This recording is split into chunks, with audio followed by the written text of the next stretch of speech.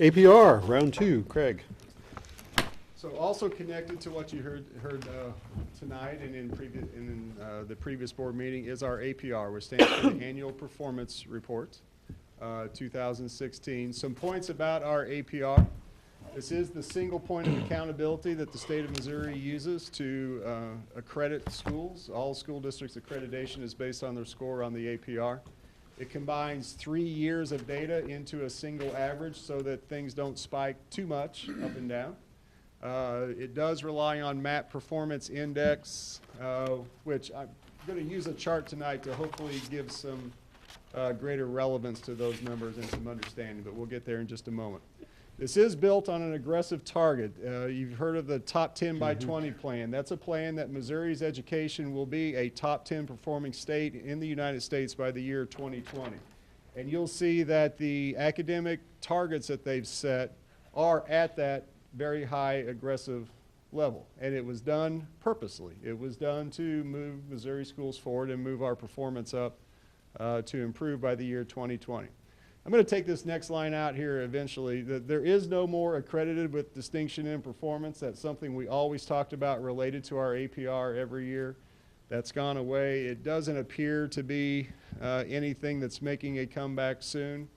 So I'll probably take that out from now on, but in case you wondered, that is not there. Tonight we'll be looking at the district level report, a quick glimpse at building level reports just on a single slide, but the APR does provide information about both. And then as I was listening, I think you're going to hear a connection between the APR and some of the school improvement plan work. But as I was listening, I hope you will notice that a lot of the things they mentioned that are really important out in the buildings have nothing to do with this APR, and doing it because it's what we believe in and what makes us a school district, not for this. However, you will hear a lot of connection here to the APR. Nothing has changed. There are five goals on the APR, 140 points total, and we'll go through each of these. I will highlight that 70 of the total 140 points possible are available in goals 1 and 2, which is all about academic achievement. And when we say academic achievement, we're talking about performance on the state assessment. So half of this APR is made up of our scores on the state assessments. So first of all, standard 1, academic achievement. I'm going to be describing 3 ways that we can earn points in our APR. I'll talk about status points, which just means how high our kids scored on all of the state assessments. We'll talk about progress points, and that's how much we are improving over time on our performance on state assessments. And we'll talk about growth points. Growth points are a little more complicated. It follows every individual kid in this district, and based on their past performance level, predicts what they should score on this past test.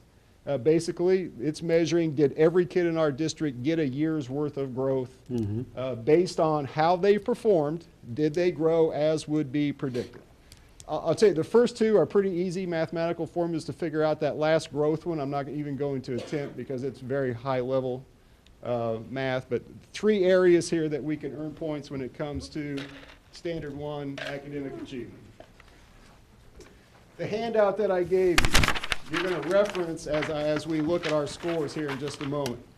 I've told you before, I've had a hard time providing relevance for these strange MAP Performance Index numbers and putting them in any type of context as whether it's good, bad, needs improvement, where it ranks. So this that you will use here is what the state of Missouri uses to categorize our performance in each of the 4 core academic areas. Up at the top is the 2020 target category, which is what everyone is shooting for. Again, that if we were to score in that MAP Performance Index range, that would mean that we are performing at a level that if all schools in Missouri performed at that level, we would be a top 10 state in the United States based on our academic performance. So we're all shooting for 2020 target. The on track means that we're headed in the right direction and we're on schedule to be there. Approaching means we're just below that, and then floor is a low performance. So you're going to reference that as we look at this next slide and look at our performance in each of the 4 core academic areas. So standard one. You can also find this information presented in your packet on page 103 in the APR reports that we included in your packet, page 103. But as we go across the top for English language arts, you'll see our MAP performance index scores over the past 3 years. The highlighted average column is our 3-year average, which is what is used then to award points to us for this year's APR. The ELA index of 374.6. If you were to reference the status target page that I gave you, you can see that that puts us in the on-track category, 3rd level up of the 4 levels. Moving across, so a perfect score, what we're trying to score in each of these academic areas is 16 points. We're trying to earn, based on our status, progress, and growth, we're trying to earn a total of 16 points total. If we're in the 2020 target area, we earn a perfect 16 automatically. For English, we were in the on-track category, which is worth 12. We have made our performance has been improving over time, so we earn 6 points for progress. And when we look at each individual student on how they are progressing on the test as predicted, we fit into what's called an exceeding growth category, so we earn 12 points for growth in ELA. Okay, so if we go across in math, the math under the status category, the 352.1 3-year average puts us in the approaching column, worth 9 points. Our progress is improving over time. We earn 6. And growth is on track for 6 points. Now, I will tell you, we have to earn 16 points. We can use our status points, and we can use one of progress or growth, but not both, in order to add up to earn our 16 points. Science, 3-year average of 379.4 puts us in the 2020 target range, so we earn a perfect 16 points.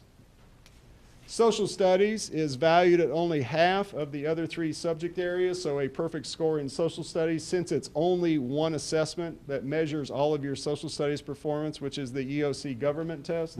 It's only worth 8 total points.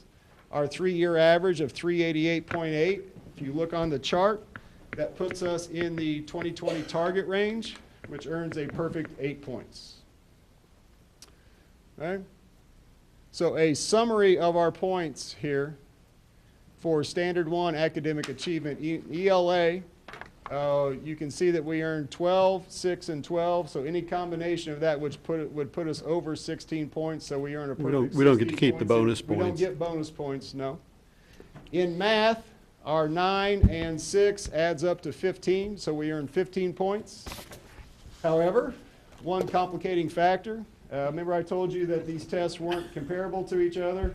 Because of that, they built in a safety net so that when they introduced new tests, if everyone completely tanked, they put in what was called a safe harbor provision. So that if your performance were to drop below anything that you did in 2014 or 15, if you were to drop below that, you could go ahead and keep the 2014 and 15 and not face the penalties of dropping in tests. We did earn one safe harbor point, basically. So we went from 15. We did have 16 points in 2015, so we get credit for that. I will tell you, we earned only 1 point in that way, which is really good. As I was looking through other reports, there's a group of comparison schools that I'll look at and kind of see how we do. I saw one that was using 14 points. Safe harbor points. Well, sorry, not hold harmless. I use around hold harmless points. Was using 14 hold harmless points in this one category alone to prop up their score. Frankly, an unrealistic fashion. So we did earn 1, but I'm fine with 1. One indicates that our performance is still really strong. In science, we were at the 2020 target, 16 points. Social studies, 2020 target, 8 points, which means in Standard 1 academic achievement, we earned 56 out of 56. Very good. Okay? Ooh, yay. Moving on to Standard 2. Standard 2 is found on page 104 in your packet if you want to look at the actual target. Standard 2 deals with subgroup achievement. This looks at just the test scores of the 5 identified underperforming subgroups in the state of Missouri, which is ELL students, IEP students, which students in special education, English language learners for those who English is not their first language, special education students, free and reduced price lunch students, so students living in relative poverty, Black students, and Hispanic students. So it combines the scores of those 5 academic subgroups. It follows the same status targets as Standard 1, academic achievement. So this chart that I gave you, you can look to see where we perform. Now here in each category, we're trying to earn a total of 4 points between status, growth, and progress. So in ELA, the 344.7 puts us in the approaching category. Scores are improving over time, so we did earn excelling is the level described. For our progress in ELA, we're in an additional 3 points. Same thing in math. The 319.5 puts us in the approaching category, which is worth 2 points. Our progress over time is exceeding, so 3 points for our progress. Science, 347.7, 3-year average, puts us in the on-track category, which is worth 3 out of a possible 4 points. We did not receive progress points because our scores are not increasing over time. And social studies is only worth 2. Again, it's half the other subject areas, so a total of 2. 1.5 is in the on-track category, and our progress over time is good, so we also earn an additional 1.5 points there. If you add that up and summarize it, in ELA, we earned 4 out of 4, math 4 out of 4, science 3 out of 4, and social studies 2 out of 2. So in Standard 2 subgroup achievement, we earned 13 out of 14 points. And no hold harmless No, in this area? no, those are all this year's scores. So we did not have to rely on any type of past performance. So those two make up 70 out of the 140. Those are all based on MAP tests, which is the grades 3 through 8 grade level test, and all of the required EOCs. Before I move out of student performance area, any questions about those 2 goals? Any slides that you'd like to look at? Okay. Good Yeah, scores. very good. Great scores. Standard 3, college and career readiness, and all of this can be found on page 105 of your packet. Standard 3 is broken into 3 separate 10-point goals, 3.1 through 3.3, as our students' performance on the ACT test, the SAT test, and the ASVAB, which is the Armed Services Vocational Aptitude Battery Assessment. Excellent. The numbers that you're looking at there, so let's look at 3.1 through 3.3, 60.3, 67.5, 83.5. What that represents is the percent of total points that our most recent graduating class, the class of 2016, how many points they earned upon graduation. This goal only looks at your most recent graduating class. Every student has the possibility of earning 1 total point for the district. They can also earn half a point, quarter of a point, 3/4 of a point. Anything between 0 and 1, a perfect score for each student is 1. And that is for a high level of performance on the ACT, SAT, or ASVAB. So across there, so for 2016, our graduates earned 83.5% of the total points, bringing us to a 3-year average of 70.4. Now, the 2020 target for this goal is 71.5. So we did not earn the perfect 10 points in our status. They're awful close. We earned the 7.5, which is on track. We are making really good progress, so we earned 7.5 progress points. But as you can see, to get a 3-year average of 71.5, when I'm standing here talking to you next year, we would have to score at a level of 63.5 next year, would give us a 3-year average in the 2020 target. So we are in really good shape. We are trending perfectly in the right direction. Giving every student the ACT certainly helps this area, because every student now is contributing some level of points toward this goal. So we will be in the 2020 target next year for that goal. So that's why it went from 67.5 to 83.5, because those kids had taken, everybody had taken the ACT. Everyone's taking the ACT, That so was the everyone's first class. earning some, at least a portion of a point, Yeah, contributing to this. they were the first class to do that. Yeah. Goal 3.4 deals with our students' performance in AP tests and AP classes. TSA, which is the technical skills attainment over at RTI and RTC. Students' enrollment in dual credit and dual enrollment classes, and then also in Project Lead the Way assessments. 3-year average of 64.2. To be in the 2020 target range, we have to have a 3-year average of 47.8. Wow. So when you heard the high school and RTI and RTC talking about just all the opportunities in advanced placement and IRCs, TSAs, dual enrollment, dual credit, that's reflected here. We are well over that total. So a status, we earn a perfect 10 points, making good progress, an additional 7.5. Goal 3.5 is college and career placement, so where kids are going after graduation. These are the percent of kids that reported that they went to any of the qualifying areas, which is military, any type of post-secondary training, jobs for which they completed career and technical paths in that they went into related employment. Our 3-year average is 88.1% of our kids.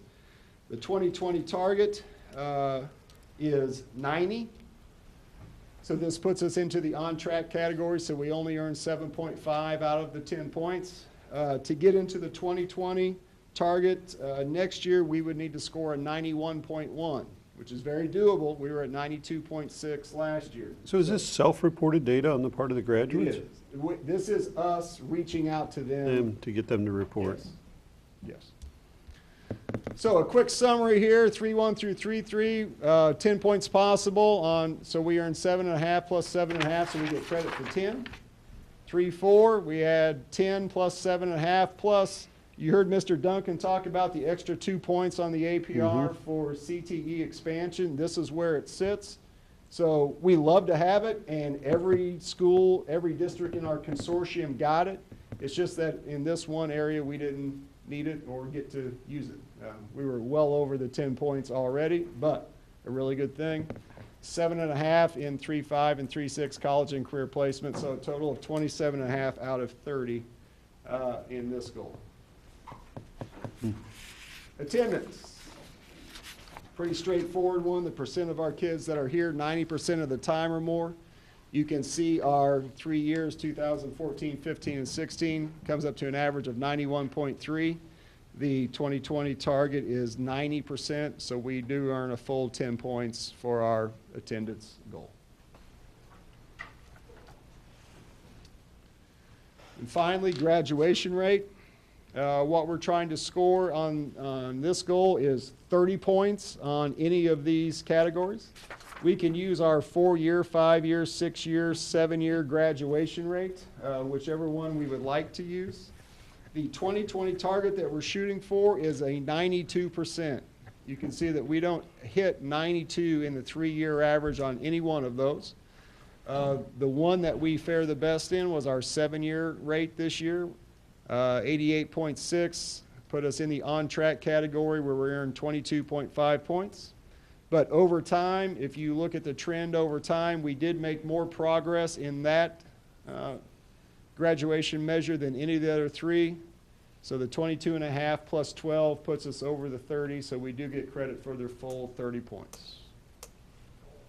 Okay, but we were close in that one to when that 2014 year drops off, There are a couple of areas there that are a little concerning about just mathematically where they will end up. So we'll, again, work to get everyone graduated. When what drops off? Again, I'm sorry. Sorry, next year, when the 2014 year drops off and the 2017 replaces it. Okay. And the four-year rate's gonna suffer, for sure. The four-year rate actually will earn some progress points because our 17 rate, we would assume, we hope will be better than that 2015 rate as a comparison, and we sure earn some progress points.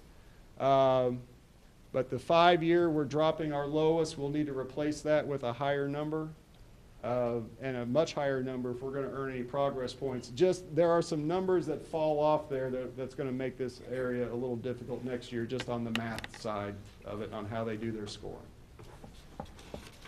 So here's our summary. Points possible for each of the 5 goals. Again, it adds up to 140. You can see our totals over the last 3 years. From 88.9% in 2014, 96.8% last year, 97.5% this year. And I would remind you that does come with one hold harmless point, but only one hold harmless point. And I think if you look at scores across the district, there are a lot of districts using a lot of hold harmless points. One, I think, speaks well to our performance, that this is this year's performance. Nice progress. I really like the progress in the subgroup because we really, I think, put a lot of effort into that. You heard it. You heard a for lot of last, yeah. programs about trying to connect to kids and response to intervention programs. Dr. Reed is leading at the high school and junior high a complete revamping of our curriculum in our special ed department to match the new Missouri learning standards and do a better job of reflecting the use of technology in those classes. So there's a lot going on in all of those areas. Finally, on page 110 of your packet is a more detailed breakdown of each campus's APR score. I didn't list all of the details for each building here, but you can see the scores for each building this year. Again, very strong across the district. But on page 110, you can see category by category how each school scored in each of the areas. And that's it. I will tell you that there is a new MSIP scoring is the wrong term, but scoring system, kind of in the initial stages of work. A lot of it will reflect any rules that are written at the federal level with the ESSA that we've talked about a few times, how that might affect accreditation. No timetable for when that will come in or what it will mean, or no indication even where it might go. But the new cycle is at least being talked about, so we'll see what happens. But I would be happy to answer any questions that you might have. Any of the information you see in your packet or that we looked at here tonight. Any questions, comments, thoughts? Pass on the board's appreciation to the entire staff. What a great report. Yes, yes, very good. Yes. And the kids too, because they're the ones that contribute at least half the points. That's right. All right, thank you. Thank you, Craig. Thank you.